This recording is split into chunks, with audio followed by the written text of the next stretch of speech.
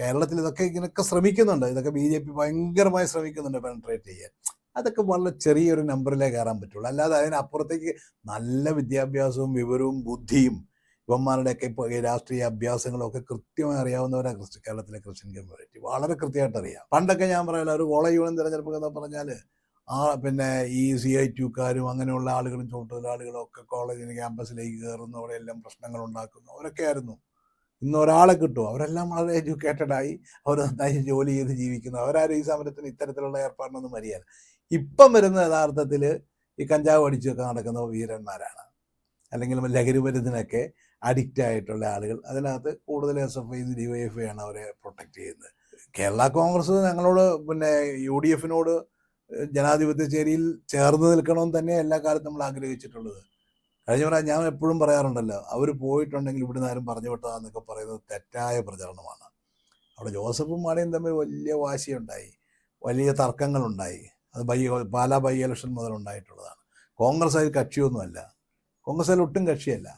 പക്ഷേ അതിനിടയിൽ CPM തന്ത്രപരമായി മാണി ഗ്രൂപ്പിനെ പ്രലോഭനങ്ങൾ കൊടുത്ത് അവരെ കൊണ്ടുപോയി എന്നുള്ളതാണ് സത്യം. അടൂർ പ്രകാശ് അദ്ദേഹം പറയുന്നത് ഉറപ്പായും അത്ഭുതപ്പെടുത്തുന്ന വിപുലീകരണം ഉണ്ടാകും. VD സതീശൻ പറയുന്നു അത്ഭുതപ്പെടുത്തുന്ന രീതിയിൽ ഞങ്ങളുടെ ബേസ് വർദ്ധിക്കുമെന്ന്.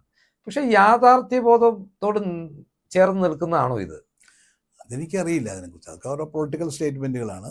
അതിൻ്റെ എന്തൊക്കെ കാര്യങ്ങളാണ് അവർ ലീഡേഴ്സായിട്ട് നിൽക്കുന്നവരാണ്, ഇതിൻ്റെ ഉത്തരവാദിത്തപ്പെട്ട ആളുകളാണ്, ചർച്ച ചെയ്യുന്ന ആളുകളാണ്. അപ്പോൾ അവരൊക്കെ ആരെങ്കിലുമൊക്കെ ആയിട്ട് ആശയവിനിമയം നടത്തിയിട്ടുണ്ടോ എന്നുള്ളതിനെക്കുറിച്ച് എനിക്കറിയില്ല.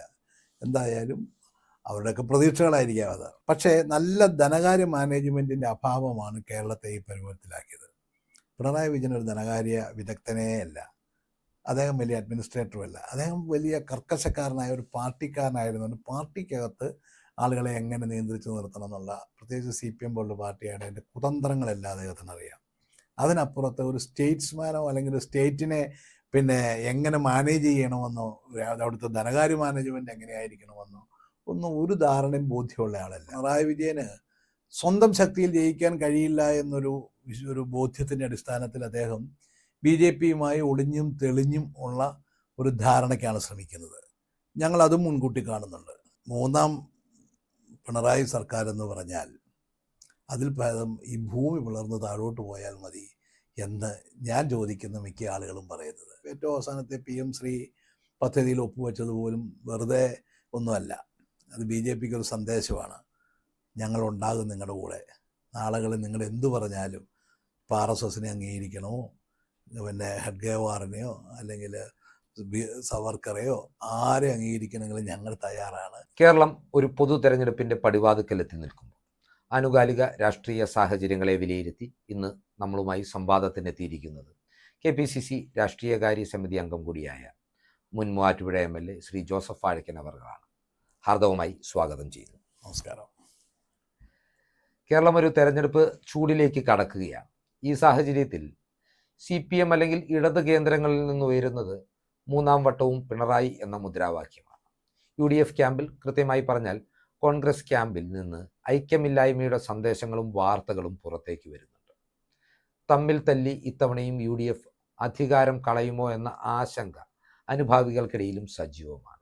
ഇതിനെക്കുറിച്ച് താങ്കൾ എങ്ങനെയാണ് പ്രതികരിക്കുന്നത്? മൂന്നാം പിണറായി സർക്കാർ എന്ന് പറഞ്ഞാൽ അത് കേരളം ആത്മഹത്യ ചെയ്യുന്നതിന് തുല്യമാണ്.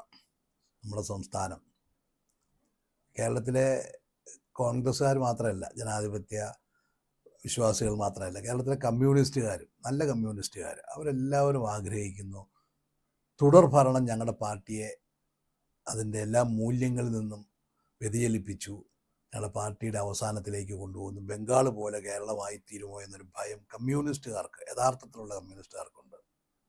അത് കേരളത്തിലെ ജനങ്ങൾക്ക് പൊതുവേ ഉണ്ട്. മൂന്നാം പിണറായി സർക്കാർ എന്ന് പറഞ്ഞാൽ അതിൽ ഭേദം ഈ ഭൂമി പിളർന്ന് താഴോട്ട് പോയാൽ മതി എന്ന് ഞാൻ ചോദിക്കുന്ന മിക്ക ആളുകളും പറയുന്നത്.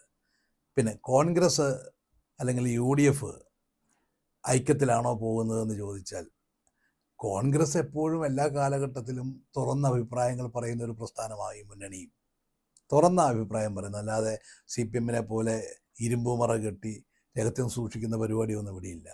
ഇവിടെ ഓരോരുത്തർക്കും അവരുടെ അഭിപ്രായങ്ങൾ പറയാം. ഈ പാർട്ടിയുടെ ശക്തിയും സൗന്ദര്യവും അതാണ്. ഇതിനകത്തുനിന്ന് ആരും എങ്ങോട്ടും പുറത്തോട്ടും പോകത്തില്ല. പോകുകയില്ലാത്ത എല്ലാവർക്കും സ്വതന്ത്രമായിട്ട് അഭിപ്രായം പറയാനുള്ള സ്വാതന്ത്ര്യം ഉണ്ടെന്നുള്ളതാണ്.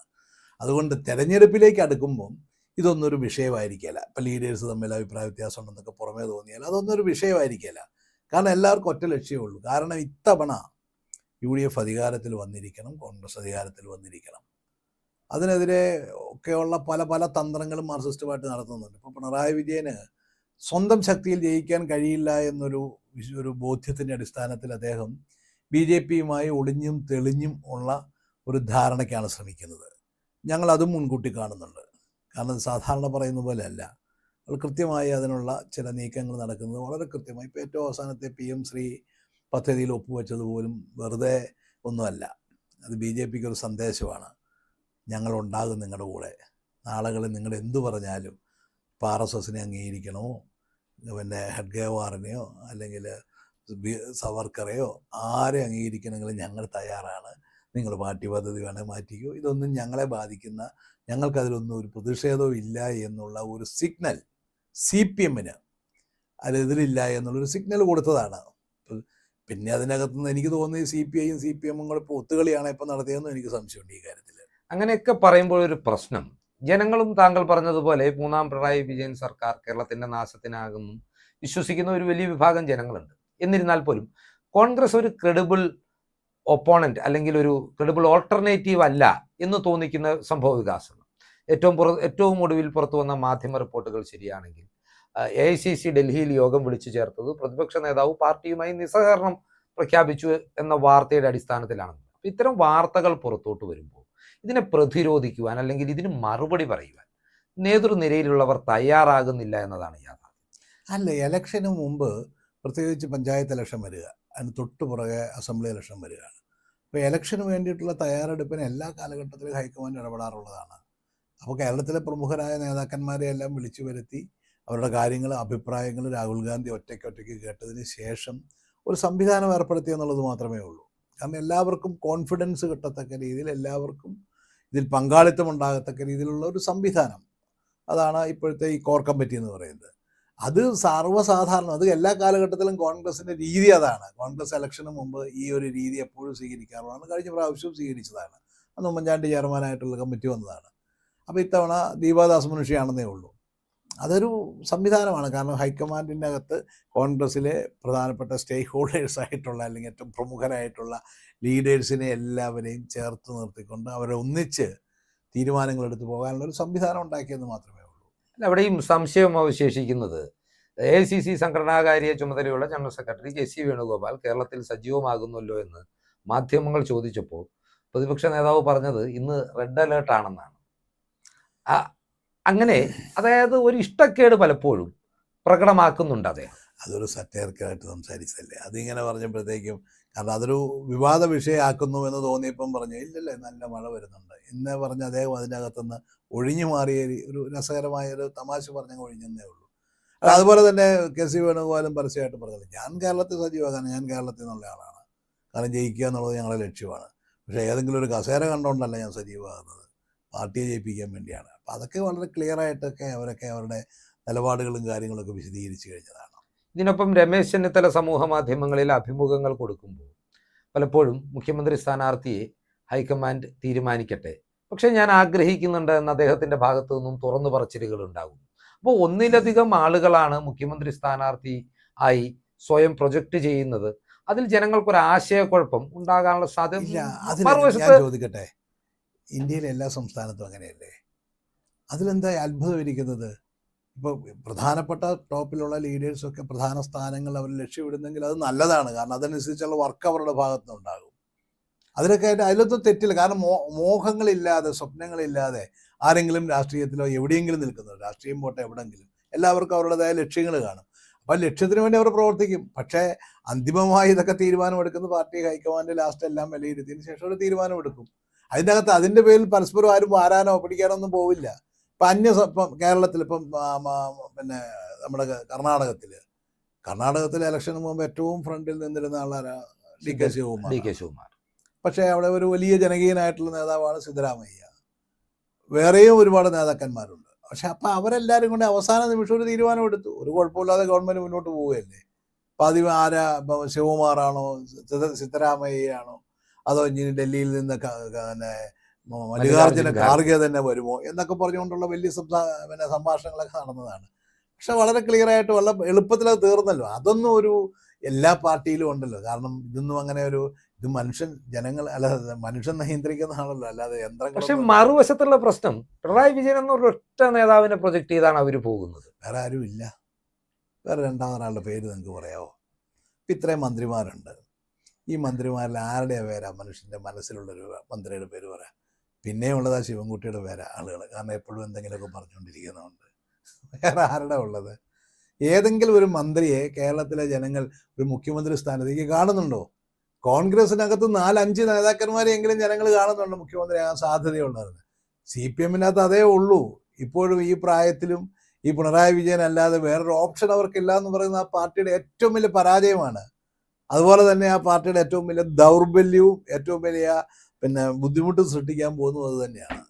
അപ്പോൾ താങ്കൾ പറയുന്നത് കോൺഗ്രസിലെ ഇത്തരം ഒരു സ്വാഭാവിക പ്രക്രിയയാണ്, സ്വാഭാവികമായ ആഗ്രഹങ്ങളാണ്, ഇതൊന്നും UDF-ന്റെയും കോൺഗ്രസിന്റെയും വിജയസാധ്യതയെ ബാധിക്കില്ല എന്നാണ്. ഒരിക്കലുമില്ല.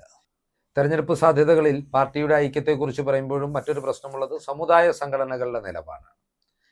SNDP എല്ലാ കാലഘട്ടത്തിലും പല നിലപാടുകളും പ്രത്യക്ഷമായി സ്വീകരിച്ചെങ്കിലും സമദൂരത്തിൻ്റെ മറവിലായിരുന്നെങ്കിൽ പോലും ഭൂരിപക്ഷം കാലഘട്ടങ്ങളിൽ UDF-നോട് അനുഭാവപൂർണമായ ഒരു സമീപനം സ്വീകരിച്ചിരുന്ന NSS നടത്തിയിട്ടുള്ളൊരു ചുവടുമാറ്റം, അത് UDF-ന്റെ സാധ്യതകൾക്ക് വലിയൊരു വെല്ലുവിളിയായി ഉയർന്നു വരുന്നില്ല. ചുവടുമാറ്റമൊന്നുമില്ല. അവർ തന്നെ വളരെ കൃത്യമായിട്ട് പറഞ്ഞിട്ടുണ്ടല്ലോ.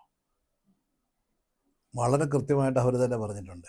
അത് ആഗോള അയ്യപ്പ സംഘവുമായി ബന്ധപ്പെട്ട് ഗവൺമെൻറ്റിൻ്റെ പ്രതിനിധികളും ദേവസ്വം ബോർഡിൻ്റെ പ്രതിനിധികളും ഒക്കെ വന്നപ്പോൾ അവർ പറഞ്ഞു അവരുടെ ഒരു പ്രതിനിധി അയച്ചു കൊടുക്കാമെന്ന് പറഞ്ഞു. അത് പിന്നെ മാധ്യമങ്ങളെല്ലാം കൂടെ കോൺട്രവേഴ്ഷ്യലാക്കിയതാണ്. അത് ഞങ്ങളുടെ പൊളിറ്റിക്കൽ നിലപാടുമായിട്ട് യാതൊരു തരത്തിലും കൂട്ടിയിണക്കേണ്ട കാര്യമില്ല, കൂട്ടിക്കെട്ടേണ്ട കാര്യമില്ലെന്ന് അവർ വളരെ കൃത്യമായിട്ട് തന്നെ പറഞ്ഞിട്ടുണ്ട്. പക്ഷെ അവിടെ ഒരു വിഷയം നമുക്കറിയാം, ശബരിമലയിലെ യുവതീ പ്രവേശനവുമായി ബന്ധപ്പെട്ട് UDF-നൊപ്പം തന്നെ, അല്ലെങ്കിൽ UDF-നേക്കാൾ ശക്തമായി സമരമുഖത്തുണ്ടായിരുന്നത് NSS പോലൊരു സംഘടനയാണ്. നാമജപ ഘോഷയാത്രകളെല്ലാം അവരാണ് സംഘടിപ്പിച്ചത്. എന്നാൽ ഇപ്പോൾ ഈ സ്വർണ്ണക്കൊള്ള വിഷയം ഉയർന്നു വരുമ്പോൾ NSS-ന്റെ ഭാഗത്തു നിന്നും അതിനേക്കാൾ വൈകാരികമായ ഒരു പ്രശ്നമാണ്. പക്ഷെ NSS-ന്റെ ഭാഗത്തു നിന്നൊന്നും ഒരു ശക്തമായ പ്രതിരോധ നീക്കങ്ങൾ ഉണ്ടാകുന്നില്ല, പ്രതിഷേധങ്ങൾ ഉണ്ടാകുന്നില്ല. അതിൻ്റെ പേരിൽ തന്നെ UDF-ന്റെ പോലെ പ്രതിഷേധങ്ങൾക്ക് പോലും വേണ്ടത്ര സ്വീകാര്യത ലഭിക്കുന്നില്ല, ജനങ്ങളിലേക്ക് എത്തുന്നില്ല എന്നൊക്കെ ആക്ഷേപമുണ്ട്. ജനങ്ങൾക്ക് ഇതിനെക്കുറിച്ച് അറിയാമെങ്കിലും ഇവിടെ UDF-നുള്ള ഒരു പിന്തുണയുടെ അഭാവം പുറമേ അല്ല, വരുന്നില്ല. ഞങ്ങളത് ആ രീതിയിൽ അതിനെ കാണേണ്ട കാര്യമില്ല. പക്ഷേ ഈ വിഷയം ഞങ്ങൾ കേരളത്തിലെ ഭക്തന്മാരുടെ ഇടയിൽ, ജനങ്ങളുടെ ഇടയിൽ വളരെ നന്നായി എത്തിക്കാൻ കഴിഞ്ഞിട്ടുണ്ടെന്നാണ് എൻ്റെ വിശ്വാസം. പിന്നെ NSS SNDP അക്കാര്യത്തിൽ അവരുടെ ആശങ്ക രേഖപ്പെടുത്തിയിട്ടുണ്ട്. കാരണം അവരൊക്കെ ഇത് വെയിറ്റ് ചെയ്യുകയാണ് ഇതിൻ്റെ ബാക്കി അന്വേഷണം എങ്ങോട്ട് പോകുന്നു എന്നുള്ളതിനെക്കുറിച്ച്.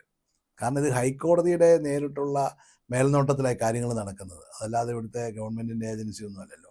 അപ്പോൾ ഇവർക്ക് വിമർശിക്കണമെങ്കിൽ തന്നെ ഹൈക്കോടതിയുടെ നേരിട്ടുള്ള വിമർശനം അല്ല ഒരു അന്വേഷണം നടക്കുമ്പോൾ ഈ രണ്ട് സംഘടനകളും അതിനെ അവർക്ക് ചോദ്യം ചെയ്യുന്നത് അവർ ശരിയല്ലാത്തത് കൊണ്ടാണ് അവർ മിണ്ടാതിരിക്കുന്നത്. പക്ഷേ അവർ വെയിറ്റ് ചെയ്യുകയാണ്. കാരണം ഇത് വളരെ കൃത്യമായി ഇതിനകത്ത് മോഷണം നടന്നു വന്നോ, ദേവസ്വം ബോർഡിൻ്റെയോ മന്ത്രിയുടെയോ അല്ലെങ്കിൽ ഗവൺമെൻറ്റിൻ്റെയോ ആളുകൾ, ഇനി അടുത്ത ഭാഗം അതിലേക്കാണ് വരുന്നത്. ഇപ്പം ഗവൺമെൻറ് എനിക്ക് തോന്നുന്നത് ഹൈക്കോടതിയുടെ നിയന്ത്രണത്തിലാണെങ്കിലും ഗവൺമെൻറ് ഡിലേ ചെയ്യിപ്പിക്കാൻ വേണ്ടിയിട്ടുള്ളൊരു തന്ത്രം ഉപയോഗിക്കുന്നുണ്ടോ എന്ന് എനിക്ക് സംശയമുണ്ട്. കാരണം ഈ SIT രൂപീകരിച്ചു പിണറായിയുടെ കീഴിലുള്ള പോലീസാണ്. അവർ ഓരോ ദിവസവും ഒരാളെ അറസ്റ്റ് ചെയ്യുന്നു, അത് കഴിഞ്ഞ് 2 ആഴ്ച കഴിയുമ്പോൾ അടുത്തയാളെ അറസ്റ്റ് ചെയ്യുന്നു, അത് കഴിഞ്ഞ് 2 ആഴ്ച കഴിയുമ്പോൾ അടുത്തയാളെ, അങ്ങനെ ഒരു ഡിലേ ടാക്ടിക്സ് എടുക്കുന്നുണ്ടെങ്കിൽ സംശയമുണ്ട്. തീർച്ചയായും. പക്ഷേ കാരണം കോടതിയുടെ ഒരു മേൽനോട്ടമുള്ള സാഹചര്യത്തിൽ ഇതിനകത്തുനിന്ന് ഒഴിവാകാൻ പറ്റത്തില്ല. എനിക്ക് തോന്നുന്നു ഇപ്പോൾ ഈ തെരഞ്ഞെടുപ്പൊക്കെ ഉള്ളത് കൊണ്ടായിരിക്കാം ഒരുപക്ഷെ ഗവൺമെൻറ്റിൻ്റെയും DGP-യുടെയും പിണറായിയുടെയും ഒക്കെ നിർദ്ദേശത്തിൻ്റെ പേരിലായിരിക്കും അവർ ഡിലേ ചെയ്യാൻ ശ്രമിക്കുന്നത്. ഇപ്പം ഹൈക്കോടതി നോക്കുന്നുണ്ട് എങ്കിൽ പോലും അന്വേഷണ ഉദ്യോഗസ്ഥന്മാർക്ക് ഡിലേ ചെയ്യാം, പല പല കാരണങ്ങൾ പറഞ്ഞുകൊണ്ട്. അവർക്ക് സമൻസ് അയക്കാം, അവർക്ക് ടൈം കൊടുക്കാം, അവർ ടൈം നീട്ടി ചോദിക്കുന്നു, അടുത്ത ടൈമിന് വെയിറ്റ് ചെയ്യാം, ഇങ്ങനെയൊക്കെ അങ്ങ് നീട്ടിക്കൊണ്ടു പോകാം. അപ്പോൾ ആ തന്ത്രമാണ്. പക്ഷേ ഇതിപ്പോൾ എന്ന് വെച്ച് കഴിഞ്ഞാൽ വളരെ ക്ലിയറാണ്. ഇതിൻ്റെ ഏറ്റവും വലിയ പ്രശ്നം എന്താണെന്ന് ചോദിച്ചാൽ 2019 ഇത് പിന്നെ തങ്കപ്പാളി അന്ന് വരെ ഉണ്ടായിരുന്നു എന്നുള്ളതിന് മുഴുവൻ മാധ്യമങ്ങളുടെയും ഓരോ വർഷത്തെയും അവരുടെ ഫോട്ടോസ് വന്ന് തെളിവാണ്. 2019 ആ പാളികൾ അഴിച്ചു വെച്ചിട്ട് ഇവിടുന്ന് ചെമ്പാണ് കൊടുത്തു വിട്ടത്. പാളികൾ ഉൾപ്പെടുന്ന ദ്വാരപാലക ശില്പം വെക്കുമ്പം ഇവിടുന്ന് കൊടുത്തു വിടുമ്പം അത് പിന്നെ ചെമ്പാണ് എന്ന് പറയുക എന്ന് പറഞ്ഞു കഴിഞ്ഞാൽ വളരെ ബോധപൂർവം ഏതെങ്കിലും ഒരു 2 ഉദ്യോഗസ്ഥന്മാർക്ക് മാത്രം ചെയ്യാൻ പറ്റുന്ന കാര്യമല്ല. വളരെ ആത്മവിശ്വാസം അല്ല ആത്മധൈര്യം വേറെ എവിടെ നിന്നൊക്കെയോ കിട്ടിയിട്ടുണ്ട്. അത് കൊണ്ടുപോയി ഇയാൾ അതിനകത്ത് ഇപ്പം ഹൈക്കോടതി തന്നെ പറഞ്ഞിരിക്കുന്നത് ഒന്നാകെ വിൽക്കുകയോ അല്ല ചെമ്പുപാളികൾ മാറ്റി അതിൻ്റെ സ്വർണ്ണപ്പാളികൾ മാറ്റി അതിൻ്റെ ചെമ്പ് ഇതിൽ സ്വർണം പൂശുകയോ ചെയ്തിരിക്കുന്നത്. ഒന്നെങ്കിൽ ഒന്നാകെ മാറ്റിയിട്ട് അതെ വേറൊരു സാധനം ഉണ്ടാക്കി, അല്ലെങ്കിൽ ഒരു മോൾഡ് വെച്ച് വേറൊരു മോൾഡിൽ ഉണ്ടാക്കിയത് അതല്ല. പക്ഷെ ഇതിൻ്റെ അകത്തൊക്കെ ഏറ്റവും ഗൗരവമുള്ള കാര്യം 2022 അതാണ് ഇപ്പോൾ കോടതി കണ്ടുപിടിച്ചിരിക്കുന്നത്. ദേവസ്വം വിജിലൻസ് ഇക്കാര്യത്തിൽ സംശയം പ്രകടിപ്പിച്ചു. ദേവസ്വം വിജിലൻസ് ഇതിനെക്കുറിച്ച് അന്വേഷിക്കുകയും ഇതിനെക്കുറിച്ച് സംശയം പ്രകടിപ്പിക്കുകയും അത് രേഖപ്പെടുത്തുകയും ചെയ്തിട്ടുണ്ട്. അത് ഈ ദേവസ്വം ബോർഡിനും അറിയാം, അന്നത്തെ ദേവസ്വം മന്ത്രിക്കും അറിയാം. അപ്പോൾ ഇത് 2022 ബോധ്യപ്പെട്ട ഒരു കാര്യം മൂടി വെച്ചു, വെളിയിൽ പോകാതെ. 2025 അതേ പോറ്റിയെ തന്നെ കൊടുക്കുക എന്ന് പറയുന്നതാണ് അതിൻ്റെ അകത്തെ കള്ളത്തരം. മനസ്സിലായി. അതേ പോറ്റിയെ തന്നെ ഇത് ഏൽപ്പിക്കുക എന്നുള്ളതാണ് ഏറ്റവും വലിയ ഒരു ദുരൂഹമായിട്ടുള്ള കാര്യം. പിന്നെ ഈ വാസവനാണെങ്കിലും വാസവനുമായിട്ടൊക്കെ ബന്ധപ്പെട്ട് അടുത്ത് നിൽക്കുന്ന ആളുകളൊക്കെ ഇതുപോലെ പല ക്ഷേത്രങ്ങളിലെയും ഭരണത്തിലിരിക്കുകയും അവിടെ ഒക്കെ പല രീതിയിലുള്ള ഇത് ചെയ്യുന്നു എന്നുള്ള വാർത്തകളാണ് പുറത്തു വരുന്നത്. നമുക്കൊക്കെ ആശ്ചര്യപ്പെടുത്തുന്ന കാര്യങ്ങളാണ്. അപ്പോൾ കാരണം ഇതൊന്നും ദൈവവിശ്വാസമില്ല ഇവർക്കാർക്കും. കാരണം അപ്പോൾ ഇവരുടെ സ്വാഭാവികമായിട്ട് ഒരു ക്ഷേത്രത്തിൽ ചെന്ന് കഴിഞ്ഞാൽ ഇവർക്ക് ദൈവത്തെ സംരക്ഷിക്കണമെന്നോ അല്ലെങ്കിൽ വിശ്വാസത്തെ സംരക്ഷിക്കണോ എന്നതിനപ്പുറത്ത് അവിടെയുള്ള സ്വർണം അതുപോലെയുള്ള വസ്തുവകകൾ വിലപിടിപ്പുള്ളവ ഇതിലൊക്കെ ആയിരിക്കുമല്ലോ ഇവർക്കൊക്കെ. ഇതിലൊന്നും കൊണ്ടുപോകുന്നതിലൊന്നും ഇവർക്കൊരു തെറ്റ് ഇവർ കാണിയല്ല. ദൈവഭയമില്ലാത്തതുകൊണ്ട് തെറ്റും കാണില്ല. അപ്പോൾ അതിലൊക്കെ എനിക്ക് തോന്നുന്നു ഇവരൊക്കെ എല്ലാ സംഘടനകളും ഇത് വെയിറ്റ് ചെയ്യുകയാണ്. ആളുകൾ പറയുന്ന ഒരു പ്രശ്നം, ആളുകൾ നമ്മൾ ഈ സാധാരണക്കാരായ രാഷ്ട്രീയമില്ലാത്ത ആളുകൾ പ്രകടിപ്പിക്കുന്ന ഒരു ആശങ്ക, ഈ സ്ഥാനത്ത് പ്രതിപക്ഷത്ത് CPM ആയിരുന്നെങ്കിൽ കേരളം കത്തിച്ചേനെ എന്ന് പറയുന്നുണ്ട്. അപ്പോൾ കോൺഗ്രസിന്റെ ഒരു സമരവീര്യം, UDFന്റെ ഒരു സമരവീര്യം ചോദ്യം ചെയ്യപ്പെടുന്നുണ്ട് എന്ന യാഥാർത്ഥ്യം അംഗീകരിക്കാതിരിക്കാൻ ശൈലിയല്ലേ. ഞങ്ങളുടെ എല്ലാ കാലഘട്ടത്തിലും ഇപ്പോൾ AK ആന്റണി 100 വോട്ടിന് 100 സീറ്റ് കിട്ടി ജയിച്ചു. അന്ന് ഏത് സമരവീര്യം പ്രകടിപ്പിച്ചിട്ടാ? അങ്ങനെയൊന്നും അല്ലായിരുന്നു. പക്ഷേ അദ്ദേഹത്തിൻ്റെ പല ക്യാമ്പയിനുകൾ, അദ്ദേഹം പറയുന്ന വാർത്തകൾ, ഇതൊക്കെ ജനമനസ്സുകളിലേക്ക് എത്തുന്നുണ്ട്. കേരളത്തിൽ അങ്ങനെ പഴയ കാലത്ത് അതുപോലെ വഴിയിലിറങ്ങി വണ്ടി തല്ലി പൊട്ടിക്കുക, അവിടെ കത്തിക്കുക, അട്രോസിറ്റീസ് കാണിക്കുക, ഇങ്ങനെയൊക്കെ കാണിച്ചാലേ ജനങ്ങൾ വിശ്വസിക്കൂ എന്നൊക്കെ പറഞ്ഞ കാലമൊക്കെ മാറി. ഇപ്പോൾ സോഷ്യൽ മീഡിയ വഴി ഒരുപാട് മാധ്യമങ്ങൾ വഴി എല്ലാവരും വളരെ അവെയറാണ് ഓരോ കാര്യങ്ങളെക്കുറിച്ചും, ജനങ്ങൾ മുഴുവൻ. അതിന് നമ്മൾ ഈ പഴയ പരമ്പരാഗത രീതിയിലുള്ള സമര രീതിയൊന്നും പ്രകടിപ്പിക്കണ്ട. ജനങ്ങളും അങ്ങനെ അത്തരത്തിലുള്ള സമരങ്ങൾക്ക് താല്പര്യവുമില്ല. പാർട്ടിയുടെ വർക്കേഴ്സ് ആണെങ്കിലും അവരുടെ ക്വാളിറ്റി, അവരുടെയൊക്കെ സ്വഭാവത്തിലും മാറ്റങ്ങൾ വന്നിട്ടില്ല. എല്ലാ പാർട്ടിയിലും അതെ. പണ്ടൊക്കെ ഞാൻ പറയല, ഒരു കോളേജ് യൂണിയൻ തിരഞ്ഞെടുപ്പ് എന്ന് പറഞ്ഞാൽ ഈ CITUക്കാരും അങ്ങനെയുള്ള ആളുകളും ചുമട്ടുതൊഴിലാളികളും ഒക്കെ കോളേജിന് ക്യാമ്പസിലേക്ക് കയറുന്നു, അവിടെ എല്ലാം പ്രശ്നങ്ങൾ ഉണ്ടാക്കുന്നു, അവരൊക്കെ ആയിരുന്നു. ഇന്ന് ഒരാളെ കിട്ടും, അവരെല്ലാം വളരെ എഡ്യൂക്കേറ്റഡായി, അവർ നന്നായി ജോലി ചെയ്ത് ജീവിക്കുന്നു. അവരാരും ഈ സമരത്തിന് ഇത്തരത്തിലുള്ള ഏർപ്പാടിനൊന്നും വരികയില്ല. ഇപ്പം വരുന്ന യഥാർത്ഥത്തിൽ ഈ കഞ്ചാവ് അടിച്ചൊക്കെ നടക്കുന്ന വീരന്മാരാണ്, അല്ലെങ്കിൽ ലഹരി മരുന്നിനൊക്കെ അഡിക്റ്റ് ആയിട്ടുള്ള ആളുകൾ. അതിനകത്ത് കൂടുതൽ SFI DYFI ആണ് അവരെ പ്രൊട്ടക്റ്റ് ചെയ്യുന്നത്. അവരെയൊക്കെ ഉപയോഗിച്ചാൽ ഇപ്പം പലപ്പോഴും ക്യാമ്പസുകളിൽ പ്രശ്നം ഉണ്ടാക്കുന്നത്. അപ്പോൾ ഞാനതാ പറഞ്ഞത്, സമരത്തിൻ്റെ രൂപവും ഭാവവും രീതിയൊക്കെ മാറി. ക്യാമ്പയിൻ, ഇതെന്തിനാണ് നമ്മൾ സമരം നടത്തുന്നത്? ജനങ്ങളെ അറിയിക്കാൻ വേറെ 100 മാർഗങ്ങളായിപ്പം. നല്ല സോഷ്യൽ മീഡിയ ക്യാമ്പയിനല്ലേ നടക്കുന്നത്. ഈ ക്യാമ്പയിനിലൂടെ മുഴുവൻ ജനങ്ങളിലേക്ക് ശബരിമലയിൽ എന്ത് നടന്നു എന്നുള്ളതിൽ വളരെ കൃത്യമായ ബോധ്യം പബ്ലിക്കിനുണ്ട്. അല്ലാതെ അധികാരത്തിലിരിക്കുന്ന ഗവൺമെന്റിനെ നമുക്ക് പിടിച്ചിറക്കി ഓടിക്കാനൊന്നും പറ്റില്ലല്ലോ. അത് UDFന്റെ കഴിവാണോ മാധ്യമങ്ങളുടെ കഴിവാണോ? ജനങ്ങൾ ബോധവാന്മാരാകുന്ന കാലഘട്ടത്തിന്റെ മാറ്റമാണ്. CPM ഇപ്പോഴും പുതിയ രീതിയിലേക്ക് വന്നുകൊണ്ടിരിക്കുന്നത്. ഞങ്ങൾ ഒരുപാട് ചേഞ്ച് ചെയ്തു, വളരെ പെട്ടെന്ന് അഡ്വാൻസ് ചെയ്യുന്നതാണ് കോൺഗ്രസും UDFും ഒക്കെ. എപ്പോഴും നമ്മുടെ പ്രചരണ രീതിയിലൊക്കെ വളരെ അഡ്വാൻസ് ചെയ്യുന്നവരാണ്. CPM ഇപ്പോഴും പരമ്പരാഗത രീതിയും കളനടജാതയും ഇതുകൊണ്ട് നടക്കുന്ന ആളുകളാണ്. പാവപ്പെട്ടവൻ്റെ പട്ടിണിക്ക് ഇട്ടിട്ട് നടക്കുന്ന ഏർപ്പാടുകാരാണുള്ളത്. അതൊന്നും ഇപ്പോൾ പഴയതുപോലെ ആരും ശ്രദ്ധിക്കാറ് പോലും. നിങ്ങൾ ശ്രദ്ധിച്ചിട്ടുണ്ടോ? വഴിയേരിക്കൂടെ നടക്കുന്ന ഈ പ്രകടനം, അല്ലെങ്കിൽ അവിടെ നിന്നുകൊണ്ട് നടത്തുന്ന പ്രസംഗങ്ങൾ ആരാ ശ്രദ്ധിക്കുന്നത്? ഇപ്പം പഴയതുപോലെ പബ്ലിക് മീറ്റിങ്ങിന് ആരെങ്കിലും ഉണ്ടോ? അതിനേക്കാൾ എത്രയോ എഫക്റ്റീവാണ് മറ്റൊരു തരത്തിലുള്ള ക്യാമ്പയിനുകൾ. ഞാനിപ്പോൾ താങ്കളോട് ചോദിക്കട്ടെ, ആത്മാർത്ഥമായി താങ്കൾക്ക് പറയാൻ പറ്റുമോ? പ്രതിപക്ഷ നേതാവ് പറയുന്ന ഒരു കാര്യം, 100-ലധികം സീറ്റുകൾ നേടി അധികാരത്തിലേക്ക് തിരികെ കംഫർട്ടബിൾ മെജോറിറ്റിയുമായി UDF അധികാരത്തിലേക്ക് എത്തുമെന്ന് താങ്കൾ വിശ്വസിക്കുന്നു? ഉറപ്പായിട്ടും. കംഫർട്ടബിൾ മെജോറിറ്റി ആയിരിക്കും. ഇപ്പം എനിക്ക് 100 90 നമ്പർ വേണ്ട, കംഫർട്ടബിൾ മെജോറിറ്റി. കംഫർട്ടബിൾ മെജോറിറ്റി കിട്ടും, യാതൊരു സംശയമില്ല. കാരണം വെച്ചാൽ അതാണ് ഇപ്പോഴത്തെ കേരളത്തിൻ്റെ അറ്റ്മോസ്ഫിയർ, കേരളത്തിലെ പൊതുമനസ്സ്, പൊതുവികാരം. അല്ല, പൊതുവികാരം അങ്ങ് പറയുമ്പോൾ അവിടെ ഒരു പ്രശ്നമുള്ളത്, ഭരണവിരുദ്ധ വികാരത്തെ ആശ്രയിച്ച് UDF അധികാരം കിട്ടുന്ന പ്രതീക്ഷിക്കുകയാണ്. അതോ ഒരു സോഷ്യൽ റിലീജിയസ് ഫാക്ടേഴ്സ് ഉണ്ടോ? അതൊരു പ്രധാനപ്പെട്ട ഭാഗമാണ്. ട്രെൻഡ് തെരഞ്ഞെടുപ്പിലെ വളരെ പ്രധാനപ്പെട്ട ഒരു കാര്യമാണ്. ഇപ്പം ലോക്സഭയിൽ ഈ വലിയ വിജയം കോൺഗ്രസ് നേടുന്ന എങ്ങനെയാണ് 19 സീറ്റും ഒക്കെ കിട്ടുന്നത്? അത് ഇവിടുത്തെ വർക്കിൻ്റെ പേരില്ല, അത് ട്രെൻഡാണ്. ആ ട്രെൻഡ് വരുമ്പോൾ അതിനെ ഒന്നും ചുമ്മാ വെറുതെ ഒന്നും അഭ്യാസത്തിലൊന്നും തടഞ്ഞു നിർത്താൻ പറ്റത്തില്ല. ജനങ്ങളുടെ വികാരം, അവർക്കറിയാം അവിടെ കൊണ്ടേ വോട്ട് ചെയ്യണമെന്നുള്ളത്. അവർ വരുന്നു, അവരുടെ വോട്ടവകാശം വിനിയോഗിക്കുന്നു, അവർക്ക് പുറത്ത് വിടേണ്ടവനെ പുറത്ത് വിടും, അകത്ത് എടുത്തിടണം, അടുത്ത് നിർത്തും, അത് അവർക്കറിയാം. ട്രെൻഡിനെ കുറിച്ച് ചോദിക്കുമ്പോൾ ഒരു ചോദ്യമുള്ളത്, ഒരു UDF അനുകൂല ട്രെൻഡ് അല്ല, മറിച്ച് ഒരു LDF വിരുദ്ധ അല്ലെങ്കിൽ CPM വിരുദ്ധ ട്രെൻഡിന്റെ ആനുകൂല്യത്തിൽ വിജയമുണ്ടാകുമെന്നാണോ വിലയിരുത്തുന്നത്? പണ്ട് കുറച്ചുകൂടി എളുപ്പമുണ്ടായിരുന്നു അതിന്. ഇപ്പം ചെറിയ പ്രശ്നങ്ങൾ വരുന്നത് BJP എന്ന് പറയുന്ന ഒരു മൂന്നാം ശക്തിയുടെ സാന്നിധ്യം, അതാണല്ലോ ഞങ്ങൾ ഇത്രയും ബുദ്ധിമുട്ട്. അല്ലെങ്കിൽ ഞങ്ങളിവിടെ അനങ്ങാതിരുന്നാൽ മതി, അല്ലെങ്കിൽ UDFന് ഓട്ടോമാറ്റിക്കാണ്. ഇപ്പോൾ ഈ കഴിഞ്ഞ കുറച്ച് കാലമായി BJPയുടെ സാന്നിധ്യം വരുന്നത് കൊണ്ട് ഈ ട്രെൻഡിൽ, അതല്ലെങ്കിൽ ഒരു ആൻറ്റി CPM ആൻറ്റി LDF വികാരം അത് ഷെയർ ചെയ്യപ്പെടും കുറച്ച്. പക്ഷേ അത് BJPക്ക് വോട്ട് ചെയ്തുകൊണ്ട് കാര്യമില്ല എന്നും കൂടി ജനത്തിന് ബോധ്യമുണ്ട്. അതുകൊണ്ടൊരു റിസൾട്ട് കിട്ടില്ല എന്ന് ബോധ്യമുള്ളത് കൊണ്ട് BJPയിലേക്ക് വോട്ട് പോകില്ലാത്തത്. ലോക്സഭയിൽ വരുമ്പോൾ എന്തുകൊണ്ടാണ് CPMന് വോട്ട് ചെയ്തുകൊണ്ട് കാര്യമില്ല എന്നുള്ളത് ജനത്തിന് അറിയാവുന്നതുകൊണ്ടാണ് അവർ കോൺഗ്രസിന് വോട്ട് ചെയ്തത്. മറിച്ച് അസംബ്ലി വരുമ്പോഴത്തേക്ക് BJPക്ക് വോട്ട് ചെയ്തുകൊണ്ട് യാതൊരു കാര്യമില്ല എന്ന് ബോധ്യമുള്ളത് കൊണ്ടാണ് അവർ തിരിച്ച് കോൺഗ്രസിന് വോട്ട് ചെയ്തത്.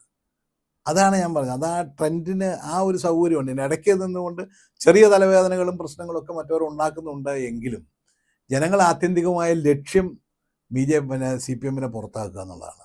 അതിന് കോൺഗ്രസും UDFന്റെ ഒപ്പം നിൽക്കാനേ പറ്റൂ, അതാണ് യാതൊരു സംശയവും. ഇവിടെ ഒരു പ്രശ്നമുള്ളത്, CPM അവരുടെ ഈഴവ വിഭാഗത്തിലേക്കുള്ള അവരുടെ ഹിന്ദു വോട്ട് ബേസ് കൂടുതലുള്ള ഒരു പാർട്ടിയാണ്. BJP ഹിന്ദു വോട്ട് ബേസ് ഉള്ള ഒരു പാർട്ടിയാണ്. ക്രൈസ്തവ വിഭാഗത്തിലേക്ക് അവരുടെ ഭാഗത്തുനിന്നൊരു പെനിട്രേഷൻ ഉണ്ടാകും.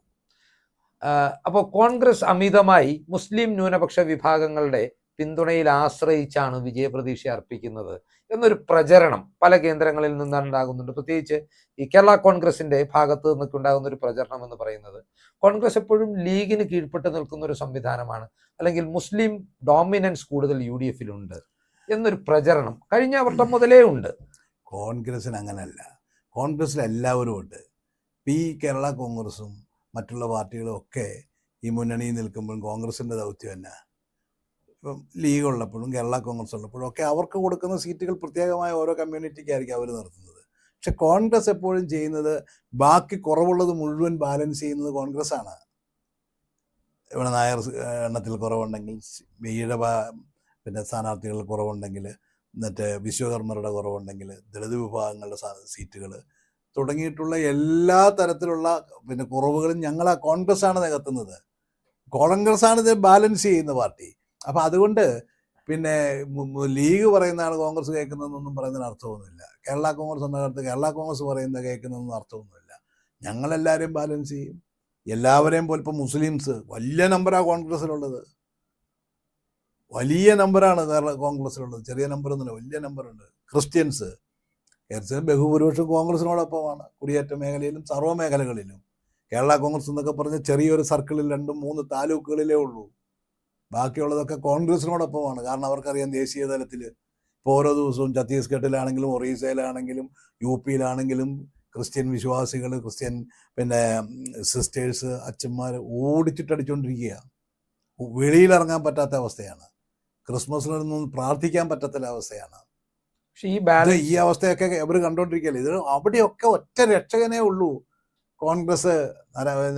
രാഹുൽ ഗാന്ധി, അദ്ദേഹം മാത്രമാണ് ആണായിട്ട് നിന്ന് തലയുയർത്തിപ്പിടിച്ച് ഇന്ത്യൻ രാഷ്ട്രീയത്തിൽ ഇത്തരം ന്യൂനപക്ഷങ്ങൾക്കെതിരെ നടക്കുന്ന ഇത്തരം കാര്യങ്ങൾക്കെതിരെ സംസാരിക്കുന്ന ഒറ്റ ആളേ ഉള്ളൂ. പിന്നെ ഇവിടെ ഇപ്പം നല്ല ഏർപ്പാടാണ്. ഇവിടെ ഇപ്പം വളരെ കംഫർട്ടബിൾ ആയിട്ടുള്ളൊരു സ്റ്റേറ്റാണ്. ന്യൂനപക്ഷങ്ങൾക്ക് തന്നെ 50% വരും, ക്രിസ്ത്യനും മുസ്ലിമും എല്ലാം കൂടെ കൂടി. ഇവിടെ ഒന്നും BJPക്ക് ഈ പറയുന്ന കയറാൻ വേറെ ഒരു മാർഗവുമില്ല. അപ്പോൾ ഇവിടെ വന്നിരുന്നു വെച്ചാൽ ഇല്ലാത്ത സ്ഥലത്ത് ഇവിടെ ക്രിസ്ത്യാനിയും മുസ്ലിംസും ഒക്കെ എത്ര സ്നേഹത്തിൽ കഴിഞ്ഞുകൊണ്ടിരിക്കുന്ന നാടാണ്. ഇപ്പോഴും അതിനൊന്നും സ്നേഹം പോകേണ്ട ഒരു കാര്യമില്ല. അവിടെ ഒന്നും ഇല്ലാത്ത വിഷയങ്ങൾ പറഞ്ഞ് ഉണ്ടാക്കി, ഇതൊക്കെ ഈ BJP-കാരന്മാരുടെ ഏർപ്പാടല്ലേ. BJP-യുടെ ചെലവിൽ നടക്കുന്ന സംഭവമാണ് കാസായും. അതൊക്കെ അവരുടെ ഒരു പ്രൊട്ടക്ഷനാണ്. കാരണം അവർ തന്നെ പറഞ്ഞല്ലേ, ഞങ്ങൾ പൊളിറ്റിക്കൽ പാർട്ടിയാവും, ഇല്ലെങ്കിൽ പഞ്ചായത്ത് ഇലക്ഷനിൽ ഞങ്ങൾക്ക് നിൽക്കാൻ പറ്റാത്തതെല്ലാം പിന്നെ BJP-യുടെ പിന്തുണ കൊടുക്കും എന്ന് പറഞ്ഞപ്പോൾ തന്നെ അവരുടെ പൊളിറ്റിക്കൽ സ്റ്റാൻഡ് എന്താണെന്ന് ക്ലിയർ ആയിട്ട് മനസ്സിലായല്ലോ. അതല്ലാതെ അവർ ക്രിസ്ത്യാനിയെ രക്ഷിക്കാനോ ക്രിസ്ത്യൻസിൻ്റെ പ്രശ്നങ്ങൾ പരിഹരിക്കാനോ വന്നിരിക്കുന്നവരല്ലല്ലോ. അപ്പോൾ അവരൊക്കെ എന്ന് പറഞ്ഞു കഴിഞ്ഞാൽ, അതാ ഞാൻ പറഞ്ഞു, ഇതൊന്നും കേരളത്തിൽ ഇങ്ങനെയൊക്കെ ശ്രമിക്കുന്നുണ്ട്. ഇതൊക്കെ BJP ഭയങ്കരമായി ശ്രമിക്കുന്നുണ്ട് പെനട്രേറ്റ് ചെയ്യാൻ. അതൊക്കെ വളരെ ചെറിയൊരു നമ്പറിലേ കയറാൻ പറ്റുള്ളൂ. അല്ലാതെ അതിനപ്പുറത്തേക്ക് നല്ല വിദ്യാഭ്യാസവും വിവരവും ബുദ്ധിയും ഇവന്മാരുടെയൊക്കെ ഇപ്പോൾ ഈ രാഷ്ട്രീയ അഭ്യാസങ്ങളും ഒക്കെ കൃത്യമായി അറിയാവുന്നവരാണ് കേരളത്തിലെ ക്രിസ്ത്യൻ കമ്മ്യൂണിറ്റി. വളരെ കൃത്യമായിട്ട് അറിയാം. സാമൂഹ്യ സാഹചര്യങ്ങളെ കുറിച്ച് അങ്ങനെ പറഞ്ഞു വെക്കുമ്പോൾ മറ്റൊരു ചോദ്യമുള്ളത്, ഈ 2009 ഒരു മണ്ഡല പുനർനിർണയം നടന്നു. 2009 നടന്നു. 2011 നിയമസഭാ തെരഞ്ഞെടുപ്പിലാണ് ഈ മണ്ഡല പുനർനിർണയം പ്രാവർത്തികമായി. അപ്പോൾ CPM അല്ലെങ്കിൽ ഇടത് കേന്ദ്രങ്ങൾ മുൻപോട്ട് വെക്കുന്ന ഒരു നാറേറ്റീവ് ഉണ്ട്. അവിടെ അവർ ആ മണ്ഡലങ്ങൾ വളരെ ഫലപ്രദമായി പുനർക്രമീകരിച്ചതിൻ്റെ ഭാഗമായി ഞങ്ങൾക്ക് ഫിക്സഡ് ഡെപ്പോസിറ്റായി 40 സീറ്റുകളുണ്ട്. ഞങ്ങൾ 40-ൽ നിന്ന് എണ്ണി തുടങ്ങുമ്പോൾ UDF 1-ൽ നിന്ന് എണ്ണി തുടങ്ങേണ്ട സാഹചര്യം. അവിടെ വെച്ച് ഞാൻ പറയാം, ഇതൊക്കെ പഴയ ചരിത്രമാണ്.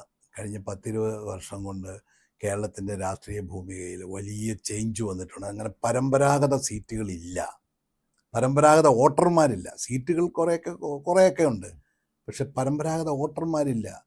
ഇപ്പം BJP-യുടെ CPM-ൻ്റെ ഒരു വലിയ ബേസാണ് ഇഴവ ബേസുള്ളത്.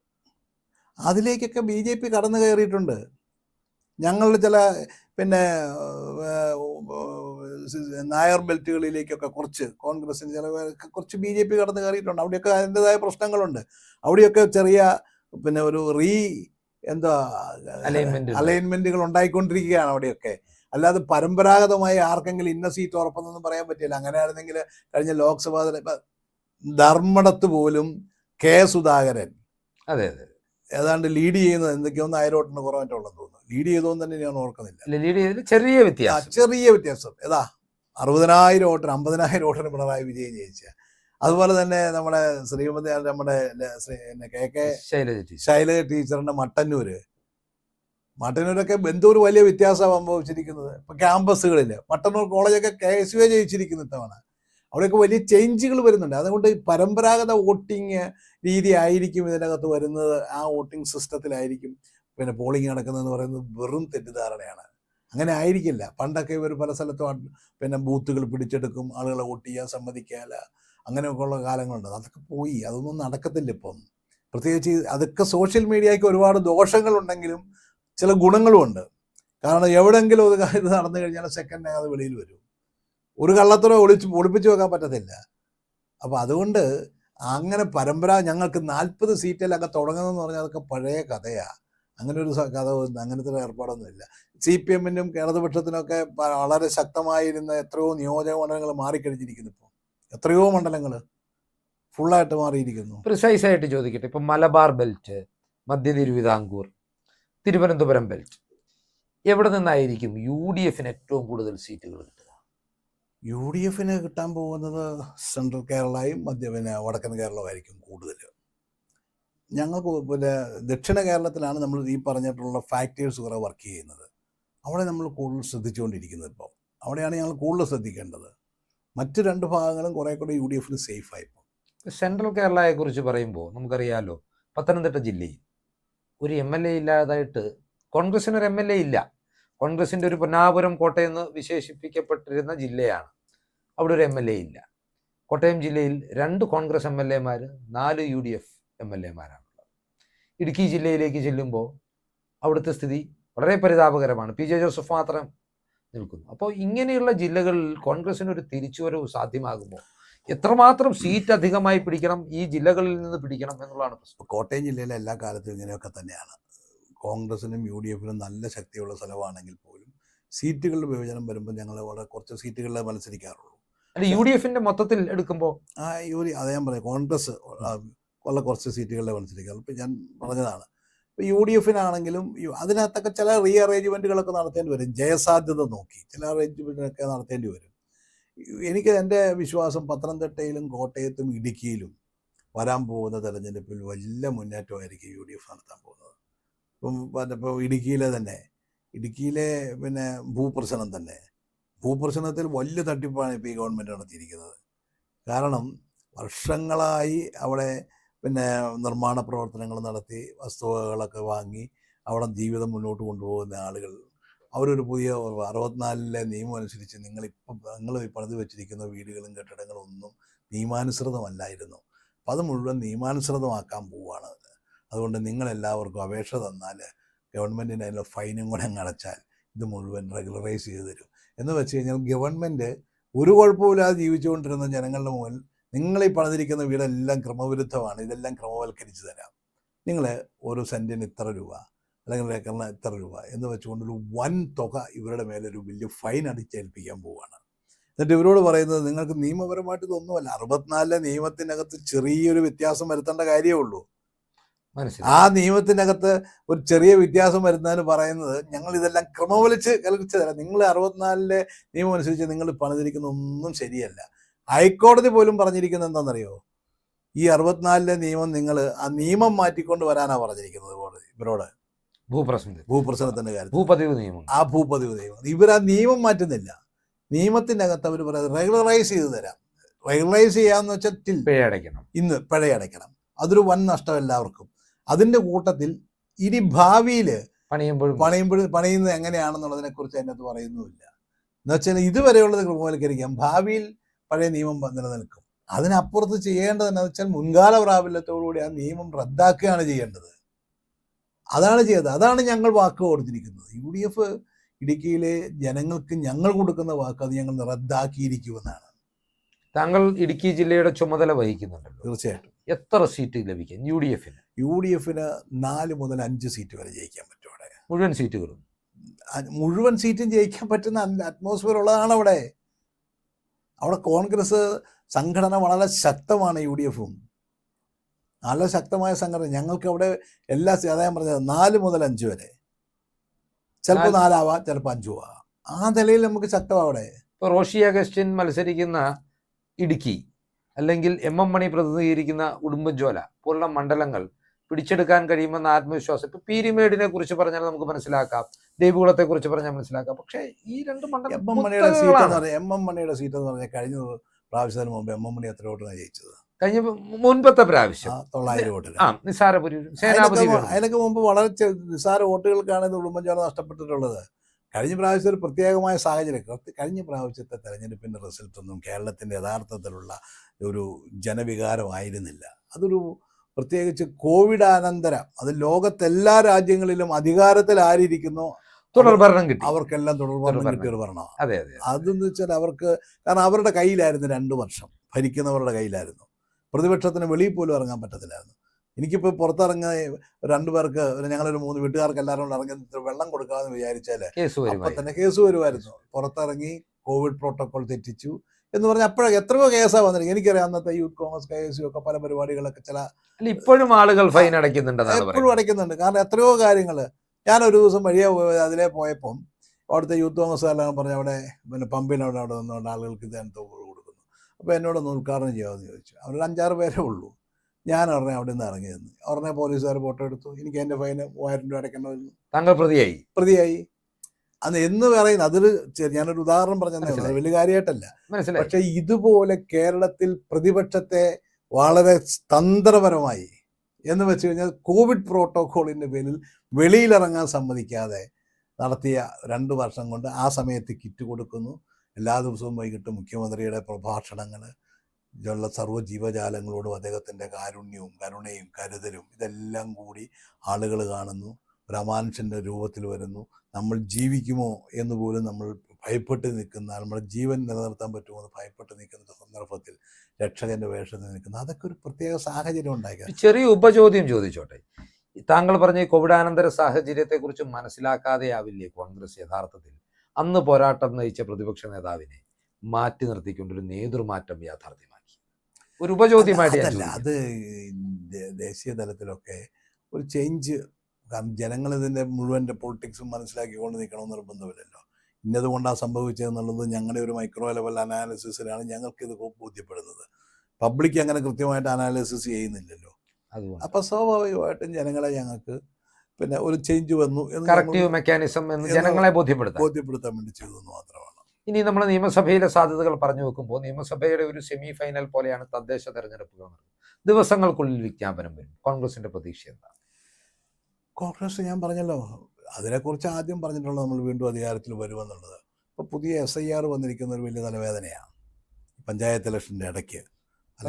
അല്ലെങ്കിൽ നമുക്ക് കുറച്ചുകൂടെ എല്ലാവർക്കും കൂടെ കുറെ ശ്രദ്ധിക്കാൻ പറ്റുമായിരുന്നു. അതുകൊണ്ടാണ് എല്ലാ രാഷ്ട്രീയ പാർട്ടികളും കൂടി BJP ഒഴിച്ച്, കാരണം BJPക്ക് നഷ്ടപ്പെടാനും കിട്ടാനും ഒന്നുമില്ലാത്തത് കൊണ്ട് അപ്പം അവർ പിന്നെ മാത്രമല്ല നരേന്ദ്രമോദിയുടെ ഒരു തട്ടിപ്പിൻ്റെ ഭാഗമാണല്ലോ SIR, അല്ലാതെ ഇപ്പോൾ രാജ്യം രക്ഷിക്കാൻ വേണ്ടിയിട്ടൊന്നും അല്ലല്ലോ. കാരണം 2002 പിന്നെ വോട്ടർ പട്ടിക കൊടുത്തുകൊണ്ട് അതിന് ശേഷം ചേർന്ന മുഴുവൻ ആളുകളെയും മാറ്റിയിട്ട് വീണ്ടും കയറ്റുകയല്ലേ. അതെ അതെ അതെ, അതാണല്ലോ ഇതിനകത്തൊരു അതിനെക്കുറിച്ചുള്ള നിങ്ങൾ അതിനെ എങ്ങനെ പ്രതിരോധിക്കാമെന്ന് ഞങ്ങളുടെ നിയമപരമായി പോകും. നിയമപരമായിട്ട് ഞങ്ങൾ നോക്കിയതിന്റെ ഭാഗമായിട്ടാണ് ഈ പിന്നെ രാഹുൽ ഗാന്ധി നടത്തിയ വോട്ടധികാര യാത്ര, വലിയ പ്രക്ഷോഭമൊക്കെ നടത്തിയല്ലോ. അതിന്റെ പേരിലാണ് സുപ്രീം കോടതി ഇടപെട്ടിട്ട് ആധാറിനെ ഇതിന്റെ അടിസ്ഥാന രേഖയായിട്ട് അംഗീകരിക്കാമെന്ന് പറഞ്ഞു. അതുവരെ ആധാർ പോലും ഇല്ല, ആരുടെയും കയ്യിൽ രേഖയില്ല.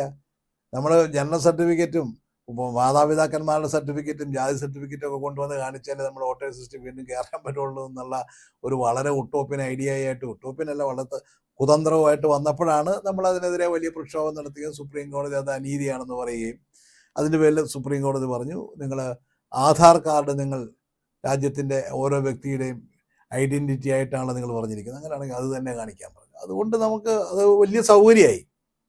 ആധാർ കാർഡ് എല്ലാവർക്കും ഉള്ളത് കൊണ്ട് നമുക്ക് ഒരു ID കാർഡ് കാണിക്കാനുള്ള ഒരു മാർഗമായി. അല്ലെങ്കിൽ പെട്ടുപോയേനെ, കേരളം പോലും പെട്ടുപോയേനെ. കാരണം എല്ലാവരുടെയും കയ്യിൽ ഇതുമല്ല ഇരിപ്പുണ്ടോ. മനസ്സിലായി. ഇനി മറ്റൊരു ചോദ്യമുള്ളത്, ഇപ്പോൾ തിരുവനന്തപുരം കോർപ്പറേഷനിൽ 48 സ്ഥാനാർത്ഥികളുടെ പട്ടിക തെരഞ്ഞെടുപ്പ് വിജ്ഞാപനം വരുന്നതിന് മുമ്പ് ഒരു മുൻ MLA മത്സരിക്കുന്നു. അങ്ങനെ വലിയ മാറ്റത്തിന്റെ ഒരു പ്രതീതി ജനിപ്പിക്കുന്നുണ്ട്. തിരുവനന്തപുരം കോർപ്പറേഷൻ ഞങ്ങളൊരു പ്രസ്റ്റീജ് ഉണ്ട്. കാരണം തിരുവനന്തപുരം കോർപ്പറേഷനിലാണ് BJP ഒരു വളർച്ച നേടിയ ഒരു കോർപ്പറേഷൻ. വേറെ കേരളത്തിലൊന്നും അതുപോലെ ഒന്നും ഒരിടത്തും വന്നിട്ടില്ല. അപ്പോൾ അവിടെ ഞങ്ങളുടെ ഒരു സ്ട്രാറ്റജി ഉണ്ട്. അത് പുതിയൊരു സ്ട്രാറ്റജി നമ്മളവിടെ ആവിഷ്കരിക്കുന്നുണ്ട്. എല്ലാ തലങ്ങളിലും പ്രത്യേകിച്ച് യങ്സ്റ്റേഴ്സിനെ കൊണ്ടുവന്ന് എല്ലാ വീടുകളും കുടുംബങ്ങളുമായി ബന്ധപ്പെട്ട് പരമാവധി വോട്ടുകൾ സമാഹരിക്കുക എന്നുള്ളതും BJP അകറ്റി നിർത്തുക എന്നുള്ളതും ഞങ്ങളുടെ ഒരു പ്രധാനപ്പെട്ട ലക്ഷ്യമാണ്. അവിടെ പിടിച്ചെടുക്കാൻ കഴിയുമോ എന്നുള്ളൊരു പരിശ്രമം, ഉറപ്പുണ്ടായിട്ടല്ല, പക്ഷെ വലിയൊരു പരിശ്രമം. അവിടെ കോൺഗ്രസിൻ്റെ വലിയ ബേസ് തിരുവനന്തപുരം നഗരത്തിൽ മാത്രമാണ് ഈ പ്രശ്നം. നഗരത്തിന് പുറത്തുള്ള പിന്നെ കോവളവും പിന്നെ നെയ്യാറ്റിൻകരയും പാറശാലയും കാട്ടാക്കടയും ഇതൊക്കെ ഇപ്പോഴും കോൺഗ്രസിന് നല്ല ശക്തമായ സാന്നിധ്യമുള്ളതാണ്. പക്ഷെ തിരുവനന്തപുരം നഗരത്തിൽ മാത്രം ഒരു പുറകോട്ട് പോക്ക്, BJPയുടെ ഒരു കടന്നുകയറ്റം, ഞങ്ങളൊരു പുറകോട്ട് പോക്ക് ഉണ്ടായിരുന്ന സ്ഥലമാണ്. അവിടെ തിരിച്ചു വരിക എന്നുള്ളതും അടുത്ത അസംബ്ലി ഇലക്ഷനും മുമ്പുള്ളതും വളരെ പ്രധാനപ്പെട്ടതാണ് ഇപ്പോഴത്തെ ഈ തെരഞ്ഞെടുപ്പിൻ്റെ വില. അതുകൊണ്ട് ആ ഒരു വലിയ ലക്ഷ്യത്തോടു കൂടി മിഷൻ 25ഉം 26ഉം കൂടെ ഞങ്ങൾ ഇംപ്ലിമെന്റ് ചെയ്യുകയാണ് അവിടെ. തിരുവനന്തപുരം മോഡൽ കേരളത്തിലെ മറ്റ് പഞ്ചായത്തുകളിലൊക്കെ കാരണം കോൺഗ്രസിന്റെ ഒരു സ്ഥാനാർത്ഥി വിഭജനം എന്ന് പറയുന്നത് പലപ്പോഴും നോമിനേഷൻ പിൻവലിക്കുന്നതിന്റെ അവസാന ദിവസമാണ് സ്ഥാനാർത്ഥിയെ നിശ്ചയിക്കുന്നത്. ഇവിടെ വിജ്ഞാപനത്തിന് മുമ്പ് തന്നെ ആദ്യഘട്ട സ്ഥാനാർത്ഥി ഏകദേശം 50% സ്ഥാനാർത്ഥികളെ പ്രഖ്യാപിച്ചു കഴിഞ്ഞു. ആ ഒരു മോഡൽ മറ്റുള്ള സ്ഥലങ്ങളിൽ ഇത്തവണ പ്രാവർത്തികമായ സ്ഥലങ്ങളിൽ ചിലപ്പോൾ തിരുവനന്തപുരത്ത് അങ്ങനെ ഘടകകക്ഷികൾക്കൊന്നും അധികം അങ്ങനെ നമുക്ക് കൊടുക്കേണ്ട കാര്യമില്ല. ബാക്കിയുള്ള സ്ഥലങ്ങളിലൊക്കെ നമ്മൾ ഘടകകക്ഷികളുമായിട്ടുള്ള സീറ്റ് വിഭജനങ്ങൾ നടക്കണം. അതൊരു പൂർത്തിയാക്കാനായിട്ട് അതിനുശേഷം ഞങ്ങളുടെ സ്ഥാനാർത്ഥി നിർണ്ണയം നമുക്ക് തുടങ്ങാൻ പറ്റുള്ളൂ. അപ്പം അതിൻ്റെതായ ഒരു ഡിലേ വരും. അല്ലാണ്ട് കോൺഗ്രസിനകത്തെ സ്ഥാനാർത്ഥി നിർണ്ണയത്തിൽ വലിയ തർക്കങ്ങളൊന്നും വരാതെ തന്നെ ഞങ്ങൾക്ക് പരിഹരിക്കാൻ പറ്റും. പക്ഷേ UDFുമായിട്ടുള്ള സീറ്റ് വിഭജനം പൂർത്തിയാവണം. അപ്പം അവരും ഇപ്പോൾ ഓരോ സ്ഥലത്ത് ഓരോ സീറ്റ് കൂടിയിട്ടുണ്ട്, ചിലയിടത്ത് 2, 3, 4 സീറ്റ് കൂടിയിട്ടുണ്ട്. അപ്പം അങ്ങനെയൊക്കെ വരുമ്പോഴത്തേക്കും ആവശ്യമില്ലാത്ത അല്ലെങ്കിൽ അവരുടെയൊക്കെ ഡിമാൻഡുകൾ വരും. അപ്പോൾ അതൊക്കെ വരുമ്പോഴത്തേക്കും പിന്നെ ചർച്ചകൾ വേണ്ടി വരും പരിഹരിക്കാൻ. അപ്പോൾ അതിൻ്റെതായ ഡിലേ വരും. എന്നിട്ട് ഞങ്ങൾക്ക് ഇപ്പോൾ ഒരു സീറ്റിൻ്റെ പ്രശ്നം തീരാനുള്ളൂ എങ്കിൽ പോലും അത് പൂർണ്ണമാക്കിയതിന് ശേഷം സ്ഥാനാർത്ഥികളെ പ്രഖ്യാപിക്കാൻ പറ്റുള്ളൂ ഔദ്യോഗികമാണ്. ഇപ്പോൾ ഏകദേശമൊക്കെ പറയുന്നുണ്ട്, സ്ഥാനാർത്ഥികൾക്കൊക്കെ നിൽക്കാനുള്ളവരൊക്കെ ഏകദേശം തർക്കമില്ലാത്ത സ്ഥലങ്ങളിലൊക്കെ ഫൈനലൈസ് ചെയ്ത് താഴെത്തട്ടിൽ തന്നെ വരുന്നുണ്ട്. അതിൻ്റെ ഒരു മെക്കാനിസം എന്ന് വെച്ചാൽ താഴെത്തട്ടിലാണ് തീർക്കുന്നത്. അവിടെ തർക്കങ്ങളില്ലെങ്കിൽ മേളിലേക്ക് താമസമില്ല, വന്ന് വരും. ഇവിടെ പഞ്ചായത്ത് അംഗങ്ങളുടെ ആകെ എണ്ണം എടുത്താൽ LDFുമായി താരതമ്യപ്പെടുത്തുമ്പോൾ UDFന് ഇപ്പോൾ ഉള്ളത് അവരുടേതിന്റെ നേർപകുതി മാത്രമാണ്. അവിടെയൊക്കെ വലിയൊരു മുന്നേറ്റം ഉണ്ടായെങ്കിൽ മാത്രമല്ല ഇതൊരു ട്രെൻഡിന്റെ അതൊക്കെ ഉണ്ടാകും. UDFന്റെ LDFന്റെ രാഷ്ട്രീയ ശക്തി കൊണ്ടൊന്നും അല്ല പലപ്പോഴും പഞ്ചായത്ത് തെരഞ്ഞെടുപ്പിൽ ഇത് വരുന്നത്. അവരുടെയൊക്കെ വലിയൊരു തന്ത്രം എന്താണെന്ന് വെച്ചാൽ അവരുടെ കുറച്ചുകൂടെ ഒരു കേഡർ സ്വഭാവമുള്ള പാർട്ടിയാണ്. ഇപ്പം ഞങ്ങളെ സംബന്ധിച്ചിടത്തോളം പഞ്ചായത്ത് തെരഞ്ഞെടുപ്പിൽ കോൺഗ്രസ് കുടുംബത്തിൽ നിന്നുള്ള ആളുകൾ തന്നെയായിരിക്കും പല സ്ഥലത്തും മറുഭാഗത്തും ഒന്നും മത്സരിക്കുന്നത്. കാരണം ഇത് വിമത ഭീഷണി. രാഷ്ട്രീയത്തിനപ്പുറത്ത് പലപ്പോഴും ഈ പഞ്ചായത്ത് തെരഞ്ഞെടുപ്പ് വരുമ്പോഴത്തേക്കും കുടുംബ തർക്കങ്ങളാകും, പിന്നെ അതുപോലെ തന്നെ പ്രാദേശികമായ അധികാര വടംവലികൾ. അധികാര വടംവലികളാകും, കുടുംബങ്ങൾ തമ്മിലുള്ള വടംവലികളാകും. ചിലപ്പോൾ കോൺഗ്രസ്സിലുള്ള രണ്ട് പ്രബലമായ കുടുംബം ഉണ്ടെങ്കിൽ അതിലൊരു കുടുംബത്തിൽ നിർത്തി കഴിഞ്ഞാൽ മറ്റവർക്ക് പറഞ്ഞാൽ അവരും ആളെ നിർത്തിയെന്നിരിക്കും. അവിടെയൊക്കെ CPM ചെയ്യുന്നൊരു തന്ത്രം എന്താണെന്ന് ചോദിച്ചു കഴിഞ്ഞാൽ അവർക്ക് ആളില്ലാത്ത സ്ഥലമായിരിക്കും, അല്ലെങ്കിൽ അവർക്ക് ജയിക്കാൻ പറ്റാത്ത സ്ഥലമാണ്. അപ്പോൾ അവരിവിടെ വന്ന് വെച്ചൊരു പിന്തുണ നമ്മുടെ വിമതന്മാർക്ക് കൊടുക്കും. അങ്ങനെയൊക്കെയാണ് ഈ പഞ്ചായത്ത് തിരഞ്ഞെടുപ്പിൽ അവർ ഈ കൂടുതൽ സീറ്റ് ഉണ്ടാക്കുന്നത്. ഒരുപക്ഷെ ചിഹ്നത്തിൽ മത്സരിച്ച വോട്ടുകളുടെ സീറ്റുകളുടെ എണ്ണം നോക്കിയാൽ UDF LDF ആയിട്ട് കഴിഞ്ഞ പ്രാവശ്യം പോലും വലിയ വ്യത്യാസമില്ല. ചിഹ്നത്തിൽ ഐഡന്റിറ്റി വെളിപ്പെടുത്തി പൊളിറ്റിക്കൽ ഐഡന്റിറ്റി വെളിപ്പെടുത്തി മത്സരിച്ചിട്ടുള്ള സീറ്റുകളുടെ എണ്ണം നോക്കിയാൽ അത് കഴിഞ്ഞ പ്രാവശ്യം മുല്ലപ്പള്ളി രാമചന്ദ്രൻ തന്നെ പത്രസമ്മേളനം നടത്തി തെളിയിച്ചതാണ്. കാരണം ഇവർ സ്വതന്ത്രന്റെ വേഷത്തിൽ നിൽക്കുന്ന സ്വതന്ത്രന്മാരും റിബലുകൾക്കും പിന്തുണ കൊടുത്ത് അവരെ എഗ്രിമെന്റ് രഹസ്യമായിട്ട് ഉണ്ടാക്കിയിട്ട് ജനങ്ങളെ പറ്റിക്കുക ഉണ്ടാക്കിയിട്ട് ഇവരെ തെരഞ്ഞെടുപ്പിന് കൂടെ നിർത്തി ജയിച്ചു വന്നു കഴിയുമ്പോഴത്തേക്കും കൂടെ നിർത്തി അധികാരം പിടിച്ചെടുക്കുന്ന ആ ഒരു സ്റ്റൈലാണത്. ഐഡന്റിറ്റി പൊളിറ്റിക്സിനെ കുറിച്ച് ചോദിക്കുമ്പോൾ ഇപ്പോൾ താങ്കളുടെ സ്വന്തം സ്ഥലം പാലായാണല്ലോ, രാമപുരമാണല്ലോ. അപ്പോൾ അവിടെ കേരള കോൺഗ്രസും കോൺഗ്രസും തമ്മിൽ വലിയ മത്സരം നടക്കുന്ന, മാണി വിഭാഗവും കോൺഗ്രസും തമ്മിൽ മത്സരം നടക്കുന്ന മത്സരം, അവിടെയൊക്കെ അവിടെ പല പ്രചരണങ്ങളും തദ്ദേശ തെരഞ്ഞെടുപ്പുമായി ബന്ധപ്പെട്ട് നടക്കുമ്പോൾ അവർ പറയുന്നത് ഞങ്ങൾ ഉടനടി UDF മടങ്ങുമെന്നാണ്. അല്ല, അതിപ്പം എനിക്കറിയില്ല, അതിപ്പം നമുക്ക് ആർക്കും പ്രവചിക്കാൻ പറ്റുന്നൊരു കാര്യമല്ല. പക്ഷെ പാലായെ സംബന്ധിച്ചിടത്തോളം കഴിഞ്ഞ തെരഞ്ഞെടുപ്പിൽ, പഞ്ചായത്ത് തെരഞ്ഞെടുപ്പിൽ ആ ക്ഷീണകാലത്ത് പോലും കേരള കോൺഗ്രസ് പിളർന്നതിന് തൊട്ട് പൊന്നാലെയാണല്ലോ, അപ്പോൾ പോലും 6 പഞ്ചായത്തോളം കോൺഗ്രസ് ഭരിക്കുന്ന സ്ഥലങ്ങളാണ്, താങ്കളുടെ പഞ്ചായത്ത് ഉൾപ്പെടെ ഉൾപ്പെടെയുള്ള. അപ്പോൾ അതുകൊണ്ട് അവിടെയൊക്കെ സംബന്ധിച്ചിടത്തോളം ഇപ്പോഴും നല്ല പ്രതീക്ഷയാണ് ഞങ്ങൾക്കുള്ളത്. പിന്നെ കേരള കോൺഗ്രസ് ഞങ്ങളോട് UDF ജനാധിപത്യ ചേരിയിൽ ചേർന്ന് നിൽക്കണമെന്ന് തന്നെ എല്ലാ കാലത്തും നമ്മൾ ആഗ്രഹിച്ചിട്ടുള്ളത്. കഴിഞ്ഞ പ്രാവശ്യം ഞാൻ എപ്പോഴും പറയാറുണ്ടല്ലോ, അവർ പോയിട്ടുണ്ടെങ്കിൽ ഇവിടുന്ന് ആരും പറഞ്ഞു വിട്ടതാന്നൊക്കെ പറയുന്നത് തെറ്റായ പ്രചരണമാണ്. അവിടെ ജോസഫും മാണിയും തമ്മിൽ വലിയ വാശിയുണ്ടായി, വലിയ തർക്കങ്ങളുണ്ടായി. അത് പാലാ ബൈ ഇലക്ഷൻ മുതൽ ഉണ്ടായിട്ടുള്ളതാണ്. കോൺഗ്രസ് അതിൽ കക്ഷിയൊന്നുമല്ല, കോൺഗ്രസ് അതിൽ ഒട്ടും കക്ഷിയല്ല. പക്ഷേ അതിനിടയിൽ CPM തന്ത്രപരമായി മാണി ഗ്രൂപ്പിനെ പ്രലോഭനങ്ങൾ കൊടുത്ത് അവരെ കൊണ്ടുപോയി എന്നുള്ളതാണ് സത്യം. അപ്പം മുന്നണി വിപുലീകരണത്തിനുള്ള സാധ്യതകൾ തദ്ദേശ തെരഞ്ഞെടുപ്പിന് മുമ്പായി ഉണ്ടാകുമെന്ന് അങ്ങ് കരുതുന്നുണ്ടോ? അതിനുള്ള സാധ്യത കുറവായി. കാരണം തദ്ദേശ സ്വയംഭരണ ദിവസങ്ങളേ ഉള്ളൂ, ഇലക്ഷൻ ദിവസങ്ങളായല്ലോ. അതിനുശേഷമായിരിക്കും കേരള രാഷ്ട്രീയത്തിൽ കുറേ ചേഞ്ചുകളും മാറ്റങ്ങളും ഉണ്ടായാൽ തന്നെ ഉണ്ടാകാൻ പോകുന്നത്. അവിടെയാണ് ആ ഉണ്ടായാൽ തന്നെയിലാണ് ചോദിക്കുന്നത്. കോൺഗ്രസിന്റെ ചില വിഭാഗം, ഇപ്പം അടൂർ പ്രകാശ് അദ്ദേഹം പറയുന്നത് ഉറപ്പായും അത്ഭുതപ്പെടുത്തുന്ന വിപുലീകരണം ഉണ്ടാകും. VD സതീശൻ പറയുന്നു അത്ഭുതപ്പെടുത്തുന്ന രീതിയിൽ ഞങ്ങളുടെ ബേസ് വർദ്ധിക്കുമെന്ന്. പക്ഷെ യാഥാർത്ഥ്യബോധത്തോട് ചേർന്ന് നിൽക്കുന്നതാണോ ഇത്? അതെനിക്കറിയില്ല അതിനെക്കുറിച്ച്. അതൊക്കെ അവരുടെ പൊളിറ്റിക്കൽ സ്റ്റേറ്റ്മെൻറ്റുകളാണ്. അതിൻ്റെ എന്തൊക്കെ കാര്യങ്ങളാണ് അവർ ലീഡേഴ്സായിട്ട് നിൽക്കുന്നവരാണ്, ഇതിൻ്റെ ഉത്തരവാദിത്തപ്പെട്ട ആളുകളാണ്, ചർച്ച ചെയ്യുന്ന ആളുകളാണ്. അപ്പോൾ അവരൊക്കെ ആരെങ്കിലുമൊക്കെ ആയിട്ട് ആശയവിനിമയം നടത്തിയിട്ടുണ്ടോ എന്നുള്ളതിനെക്കുറിച്ച് എനിക്കറിയില്ല. എന്തായാലും അവരുടെയൊക്കെ പ്രതീക്ഷകളായിരിക്കാം അത്. അവസാനമായി ഒറ്റ ചോദ്യം കൂടി. ഇപ്പോൾ ഒരു കോർ കമ്മിറ്റി രൂപീകരിച്ചു, താങ്കളുടെ രാഷ്ട്രീയകാര്യ സമിതിയിലെ അംഗമായിരുന്നു. അപ്പോൾ ഈ കോർ കമ്മിറ്റി രൂപീകരിക്കുന്നത് വരെ കേരളത്തിലെ കോൺഗ്രസിൻ്റെ പരമോന്നത സമിതി എന്ന് പറയുന്നത് രാഷ്ട്രീയകാര്യ സമിതിയാണ്. ഇനിയിപ്പോൾ ഇത് 17 അംഗ കോർ കമ്മിറ്റിയാണ്. അപ്പോൾ രാഷ്ട്രീയകാര്യ സമിതി അംഗങ്ങളുടെ പ്രാധാന്യം കുറഞ്ഞു പോകുന്ന ഒരു സംവിധാനമാണെന്ന് തോന്നുന്നു. രാഷ്ട്രീയകാര്യ സമിതി എന്ന് പറഞ്ഞാൽ അത് കോൺഗ്രസ് പാർട്ടി പണ്ടുണ്ടായിരുന്നതല്ല. ഛത്തീസ്ഗഡിലെ AICC സമ്മേളനത്തിൽ അതിൻ്റെ പ്ലീനറി സെഷനിൽ അവതരിപ്പിച്ച പ്രമേയത്തിലൂടെ മാറ്റം വരുത്തുക, ഭരണഘടനയിൽ മാറ്റം വരുത്തിയാണ് PAC എന്ന് പറയുന്ന ഒരു വിഭാഗം കൊണ്ട് ഉണ്ടാക്കിയത്. Political affairs committee, Congress working committee പോലെ സംസ്ഥാനത്ത് കോൺഗ്രസിൻ്റെ ഒരു ഉന്നതാധികാര സമിതി എന്നുള്ള നിലയിലാണ് PAC ഉണ്ടാക്കിയത്, പൊളിറ്റിക്കൽ അഫയേഴ്സ് കമ്മിറ്റി. അത് ഭരണഘടനാപരമാണ് കോൺഗ്രസിൻ്റെ. ഇതിപ്പോൾ തെരഞ്ഞെടുപ്പിന് വേണ്ടി ഉണ്ടാക്കിയിരിക്കുന്ന പെട്ടെന്ന് ഇപ്പം എല്ലാ ആഴ്ചയിലും ദിവസങ്ങൾ കണ്ട് പെട്ടെന്ന് സംസാരിക്കാൻ വേണ്ടിയിട്ടുള്ള ഒരു ചെറിയ ബോഡി എന്നുള്ളതേ ഉള്ളൂ. അത് ഇച്ചിരി എണ്ണം കൂടിപ്പോയി എന്നുള്ളത് കാരണം ഒരു കാറ്റഗറി വെച്ചപ്പോൾ അതെല്ലാവരും PACയിലുള്ളവരാണ്. എല്ലാവരും പൊളിറ്റിക്കൽ അഫയേഴ്സ് കമ്മിറ്റിയിലുള്ളവരാണ്. അവർ അത്രയും പേരും കൂടെ ഇപ്പം പൊളിറ്റിക്കൽ അഫയേഴ്സ് കമ്മിറ്റി വരെ 35 എന്നേ ഉള്ളൂ. അതിനകത്ത് 17 പേരെ ഒരു കുറച്ചുകൂടെ പ്രസിഡന്റന്മാർ, നമ്മുടെ വർക്കിംഗ് കമ്മിറ്റി അംഗങ്ങൾ, ഇതിനൊരു വനിതാ വനിതാ പ്രാതിനിധ്യം, പ്രാതിനിധ്യം അങ്ങനെയൊക്കെ വന്നിരിക്കുന്ന ഒരു സമിതി. കാരണം പെട്ടെന്ന് സംസാരിക്കാൻ ഇതൊരു convey താൽക്കാലിക ചെയ്യാൻ. അറേഞ്ച്മെന്റ് ആണ്. അത് ഈ ഇലക്ഷന് വേണ്ടി മാത്രമുള്ള അറേഞ്ച്മെന്റ്, തദ്ദേശ തെരഞ്ഞെടുപ്പും നിയമസഭാ തെരഞ്ഞെടുപ്പും. ഈ തെരഞ്ഞെടുപ്പിന് വേണ്ടി മാത്രമുള്ള അറേഞ്ച്മെന്റ്. ഇനി അവസാനത്തെ അതിന് സ്ഥാനാർത്ഥി നിർണയത്തിന് വേറെ കമ്മിറ്റിയാ, ഓ, ഇലക്ഷൻ കമ്മിറ്റി ഉണ്ട്. അത് അങ്ങനെ എലക്റ്റഡ് ആണ്, അത് ഭരണഘടനാപരമാണ്.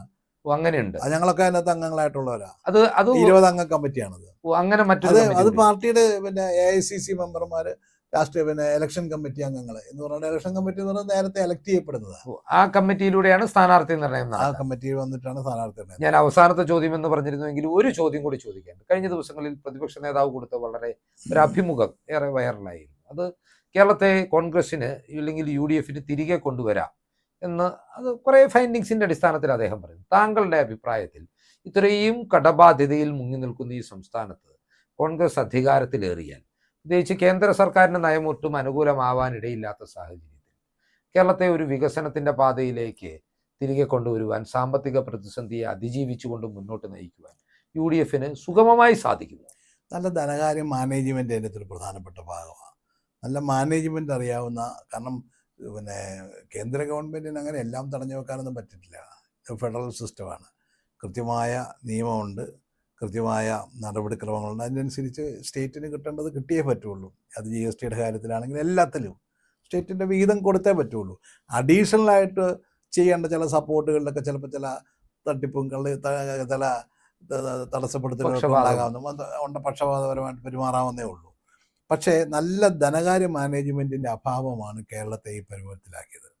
പിണറായി വിജയൻ ഒരു ധനകാര്യ വിദഗ്ധനേ അല്ല, അദ്ദേഹം വലിയ അഡ്മിനിസ്ട്രേറ്ററുമല്ല, അദ്ദേഹം വലിയ കർക്കശക്കാരനായ ഒരു പാർട്ടിക്കാരനായിരുന്നുകൊണ്ട് പാർട്ടിക്കകത്ത് ആളുകളെ എങ്ങനെ നിയന്ത്രിച്ച് നിർത്തണം എന്നുള്ള, പ്രത്യേകിച്ച് CPM പോലുള്ള പാർട്ടിയാണ്, അതിൻ്റെ കുതന്ത്രങ്ങളെല്ലാം അദ്ദേഹത്തിന് അറിയാം. അതിനപ്പുറത്ത് ഒരു സ്റ്റേറ്റ്സ്മാനോ അല്ലെങ്കിൽ സ്റ്റേറ്റിനെ എങ്ങനെ മാനേജ് ചെയ്യണമെന്നോ, അവിടുത്തെ ധനകാര്യ മാനേജ്മെൻറ്റ് എങ്ങനെയായിരിക്കണമെന്നോ ഒന്നും ഒരു ധാരണയും ബോധ്യമുള്ള ആളല്ല. എല്ലാ വകുപ്പിനും അദ്ദേഹം ഉപദേശികളെ വെച്ചിരിക്കുകയാണ്, അഡ്വൈസേഴ്സിനെ. ഈ അഡ്വൈസേഴ്സിൻ്റെ ഉപദേശപ്രകാരമാണ് പുള്ളിയുടെ ഭരണം നടക്കുന്നത് തന്നെ. അങ്ങനെയാണ് ഈ ശിവശങ്കരനും ഒക്കെ ഉള്ള ആളുകളെ അവിടെ കയറി ഭരിച്ചുകൊണ്ടിരുന്നത്. ഒരുപക്ഷെ കേരളത്തിൻ്റെ ചരിത്രത്തിൽ ഏറ്റവും ഇന്നഫക്റ്റീവായിട്ടുള്ള, അല്ലെങ്കിൽ വളരെ ഇതുപോലെ മറ്റുള്ളവരെ ആശ്രയിച്ച് ഓരോ കാര്യങ്ങളും ചെയ്യേണ്ടി വരാൻ ഗതികേട് വന്നിട്ടുള്ള മുഖ്യമന്ത്രി അദ്ദേഹം. അതല്ലാതെ ധനകാര്യ മാനേജ്മെൻറ്റ് അബ്സല്യൂട്ട് ഭയങ്കരമായ തകർച്ചയും ഭയങ്കരമായ പരാജയവുമായിരുന്നു. ഇപ്പൊ തിരികെ കൊണ്ടുവരുവാൻ UDFനും കോൺഗ്രസിനും ഒരു പദ്ധതിയുണ്ട്, സാധിക്കുമെന്ന് തന്നെയാണ് പറയുന്നത്. തീർച്ചയായിട്ടും. എല്ലാവിധ ആശംസകളും നേരുന്നു. നന്ദി.